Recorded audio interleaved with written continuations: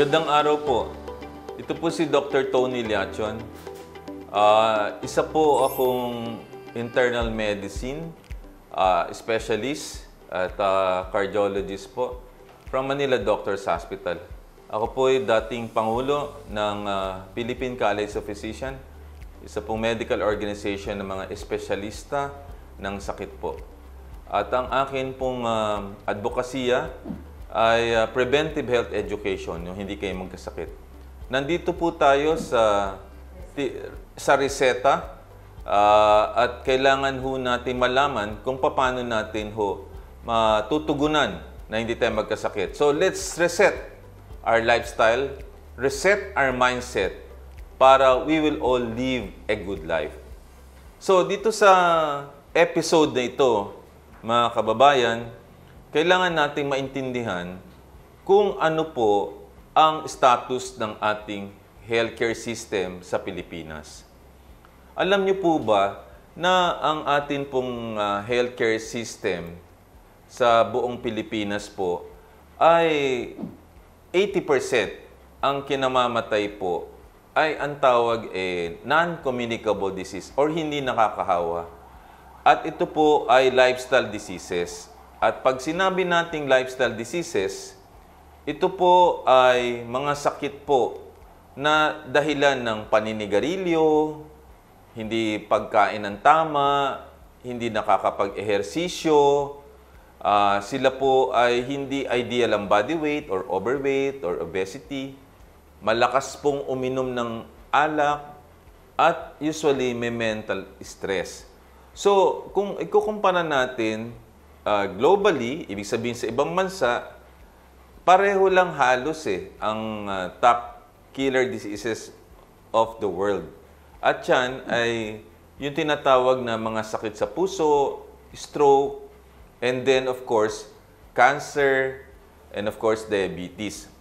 So, dalawa ang klase po ng sakit sa puso. Yun hong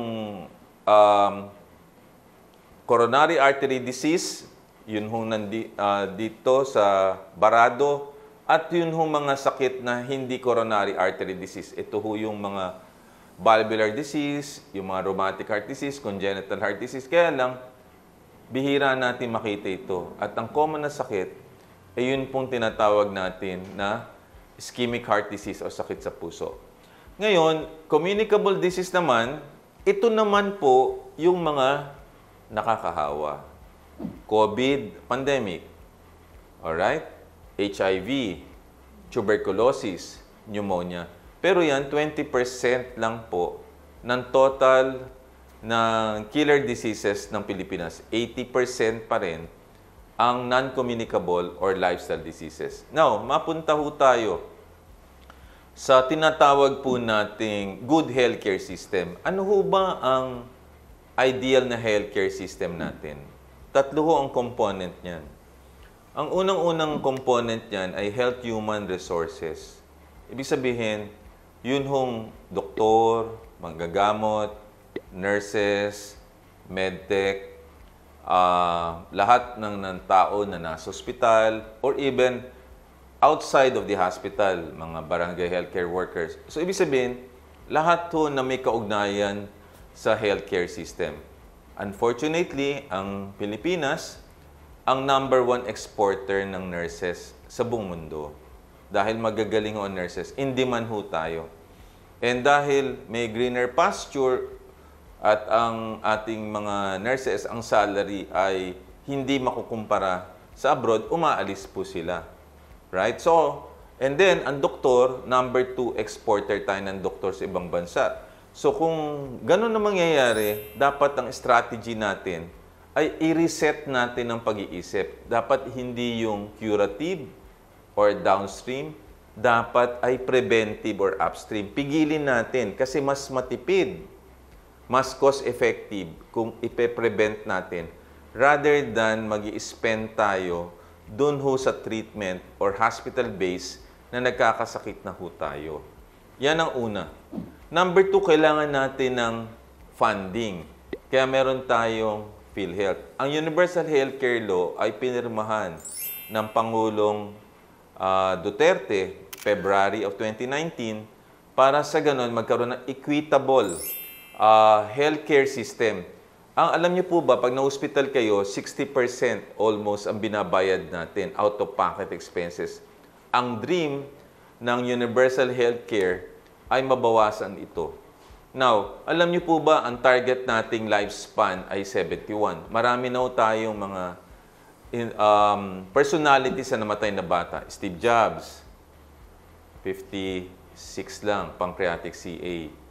Sherry Hill, 59, endometrial cancer. Lydia De Vega, breast CA, 57. Rudy Fernandez, nasa 50s. Mark Hill, Fernando Po Jr., 61. At marami pang iba.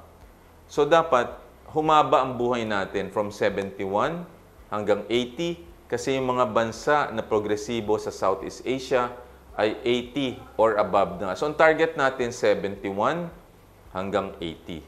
Now, ito ho ang dapat nating maging personal na goal.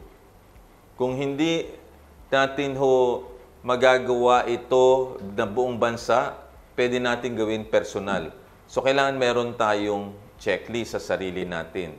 At yan ay pwede natin gawin sa ating sarili, charity begins at home, sa family, sa ating workplace, sa eskwelahan, sa community, and then the buong nation na. At ito'y napakaganda kasi magkakaroon tayo ng goals. Alam nyo po, goals without a timeline, dreams lang. And then we cannot manage what we don't measure. Kaya kailangan i-measure natin blood pressure, body weight natin. Now, ngayon, ang susunod kong gustong ipaunawa ay yun hong magnitude po ng problema natin. Alam niyo po ba na 7 out of the top 10 killer diseases ay non-communicable? Ang namamatay ay 500,000, equivalent to 1,500 deaths day, equivalent to 3 jumbo jets crashing every day. Ang economic burden ay 756 billion, almost 5% of our expenditures. At ito ho ay preventable. So, physical inactivity, imagine niyo, 40% hindi gumagalaw. Ang may hypertension, 30% of the population, 30 million. Ang naninigarilyo, doon nabawasan ay 15 million. Ang may overweight or obesity ay 27 million. At lahat ho siya ay pwede nating i-prevent. Alam niyo po ba ang may non-communicable disease? Hindi na sakit ng mayaman. Hindi na sakit ng may edad. Ito'y sakit na ng mahirap, low middle income countries, at ng mga bata. So, what are we going to do? So, gusto ko sabihin sa inyo ang 3 strategic questions na gagawin natin. Sa buhay natin, sa ating kalusugan, nasa na tayo? Tayo po ba ay healthy? Yan ang unang tanong. Pero nationwide, nasa na tayo sa ating healthcare? Number 2 question, where do we want to go? Of course, babuhay ng 80. Kung pala rin, maging parang Secretary Enrile na 99. Jimmy Carter, 99. Diba? Mas mahigitan natin. 71 to 80, then if we can live more than 80, the better. But, ang question, how do you get there? Paano tayo makakapunta yon? If you change your habits, then you change your life. At nag-uumpisa yan sa pag-educate ng publiko. Nag-uumpisa yan sa inyo. So, in this time, kailangan natin ay kalusugan. Health is wealth. Ang kalusugan ay kayamanan.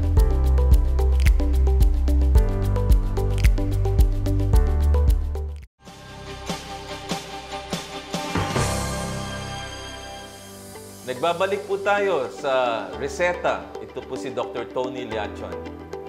Magandang araw muli po.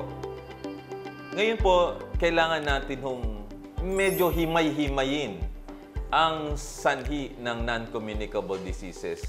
At mapapansin natin dito sa ating screen na ang NCDs or non-communicable disease or lifestyle diseases ay mainly 4 na sakit. Ang una, cardiovascular diseases. Ibig sabihin, related ito sa puso, related din ho sa brain. So, ang tawag ho dito, heart attack. Ang tawag ho dito ay brain attack or stroke. Pero pareho lang ho ang magiging sani. Mamaya sasabihin ko sa inyo. Ang pangalawa ay diabetes. Alam niyo po bang number 4 na po ang diabetes? Yung mataas yung asukal or blood sugar, yan ang diabetes. At ang pantatlo ay yun hong naninigarilyo, may chronic obstructive lung disease. Yung matagal na naninigarilyo, yun ang nagiging sakit. And then, of course, yung panghuli ay cancer. Kadami may cancer ngayon. Ang pinakasakit po ngayon ng mga tao, dumami po may cancer. Dahil nung pandemya, hindi po nakapag-check up. Ang pinakasikat po ngayon na nagkaroon ho ng cancer ay ho yung si Black Panther, si Chadwick Boseman. Siya po yung namatay at age 42. Na-diagnose ho siya at age 38 na meron pong stage 3 colorectal CA or sa large intestine. Sa Pilipinas, ni-reveal naman po ng dating Gilas player, ang star guard ng Ginebra San Miguel, si L.A. Tenorio. Siya po ay 38 years old at siya po ay nag-undergo, nakita natin sa Instagram niya, ng chemotherapy po sa Singapore. So, bata po yun, di ba? Ngayon, ano ang drivers? Ano ang sanhi na non-communicable disease? Unang-una, paninigarilyo. Matindi po yan. Kaya in 2012, pinirmahan po ni President Pinoy ang sin tax law na para pataasin ang presyo, tapos yung pera na-generate dito, ilalagay sa healthcare. Sa kasamang palad, nasabi ang Pangulo dahil po sa diabetes at kidney failure at sa paninigarilyo din. At kung sino ang pumirma ng greatest legislation sa history ng Pilipinas, yung sin tax law, ay siya mismo ang naging biktima po nito. Pangalawa, yun pong physical inactivity. Dahil sa era ngayon, meron tayong smartphone, computer, Netflix, work from home, ang dami po nakaupo. So pag nagkaupo, nagkakaroon ka ng sitting disease. At pagka nakaupo ka, walang activity, kain ka ng kain, tataba ka. So pag tumaba, magkaka-diabetes, tataas ang cholesterol, magkaka-hypertension, magkakaroon ka ng fatty liver. Kaya physical inactivity, delikado. Unhealthy diet.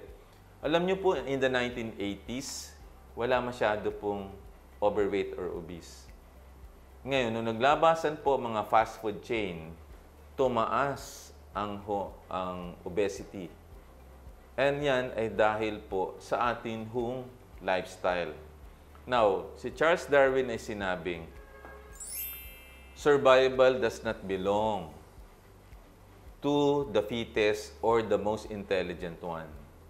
Survival belongs to the one who can actually adapt to change. Can we adapt to change with the change of our technology, our science, and all of the advances right now because of the modern age? Kaya, kung meron tayong tinatawag na reseta. Now, isa pa, alcohol. Ang mga Pilipino, sinasabi, yan na lang ho nga aming kasayahan makapag-inom. Kaya lang, ang pag-inom ng alak, nakakawasak ho ng atay. Pag ho tayo uminom ng alak, araw-araw po, delikado po yan. Ang pulutan, usually, pag umiinom ka ng alak, matataba. Kaya, marami rin nagiging sakit. Nagkakaroon ho ng diabetes. Nagkakaroon ho ng fatty liver. Ang fatty liver po ay pwede maging liver cancer after na magkaroon na ho ng cirrhosis. Pwede rin po magka-gout. Pag nagka-gout ka, nakapagrayuma ka, di ba? Tataba ka kasi beer belly ang tawag. Pag nag-beer belly ka, sasakit ang balakang mo, hindi ka makakalakad. So, these are things na kailangan natin ayusin. Di ba? So, ano pa ang danger pa? ng mga bagay na ito. Ngayon, ang non-communicable disease ay common na ho sa mga grade school at high school. Kaya dapat sa formative years, ihulma na natin ang brain nila. Kasi parang sponge ang mga bata eh. Kung ano natutunan, yan na ang paglaki. So dapat ang health ay ituro sa eskwela kaagad. Pero pwedeng ituro sa family. Sabi ko nga, kung yung parents niya ng isang bata ay magiging healthy at ang principal or guro ay magiging healthy rin, ang isang presidente or CEO ng workplace ay ganun din ang mindset, then we can motivate the environment at yun yung mga tao. And then, of course, in the LGU. These are things na kailangan natin pong harapin. Hindi pwede tayong ganyan lang. Pero kailangan natin ng path. Kailangan natin ng plan of action. Kasi meron tayong rational thinking. Ang ibig sabihin ng rational thinking, nag-iisip tayo. Pero alam niyo po, ang behavior, mahirap siyang baguhin eh. Kaya, sa ngayon, itatanungin ko kayo mismo, oo, kayo po tinatanong ko. Kaya niyo po bang i-reset ang buhay niyo? It starts muna with recognition of yourself. Oo, kayo po ba'y healthy? Yan. Kayo po ba'y naninigarilyo? Kayo po ba kumakain ng hindi tama? Kayo po ba'y nag-ehersisyo kahit 30 minutes? Kayo po ba'y tama ang timbang?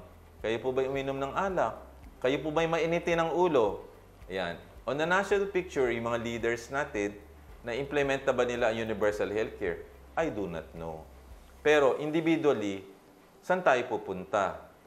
Personal, ako gusto kong mabuhay hanggang 80 or maaring hanggang 100. Kasi yung aking apo, si Simi, 2 taon. Makikita ko siyang graduate pag ako'y 82 years old. Kaya, I should be healthy so that yung apo kong si Simi, my only apo, ay makita kong graduate ng college. So, yan ang driving force ko. Yan. Mabuhay hanggang 80. At higitan pa yan. Bakit? Productive lives. You spend time with the family. Right? Maging masaya. Yan ang importante. At maging meaningful ang ating buhay. Yan ang 3 rason kung bakit kailangan mahaba ang buhay natin. Now, ang huli, paano tayo pupunta doon? Di ba? Kailangan natin ng game plan. Right? Para manalo, let's say, sa basketball, hindi naman pwede. May players lang, may coach. Pero magaling nga ang coach mo, magaling ang players mo, pero wala ka namang game plan, wala din yan. Kailangan natin ng game plan. At yan, sa susunod na mga episode, kailangan na nating sabihin ang blueprint. Parang sa bahay, kailangan may blueprint. Kailangan natin ng template para sa ating kalusugan. Ang tawag dyan ay checklist or reseta. So, kailangan natin ng reseta to reset our lifestyle. So, if we change our habits, we change our lifestyle, and therefore, we prolong our life. So, therefore, reminder lang, reset our mindset para we all live a good life. Maraming salamat po sa inyo sa pakikinig at abangan nyo ang susunod po nating kabanata or episode. I hope meron po tayong napulot ngayon sa araw na ito. Health is wealth, ang kalusugan ay kayamanan, and also prevention is better than a pound of cure. So let's reset our lifestyle. Reset our mindset para we all live a good life. Ito po ang reseta natin para sa araw na ito. Dr. Tony Liachon. Maraming salamat po sa inyong lahat.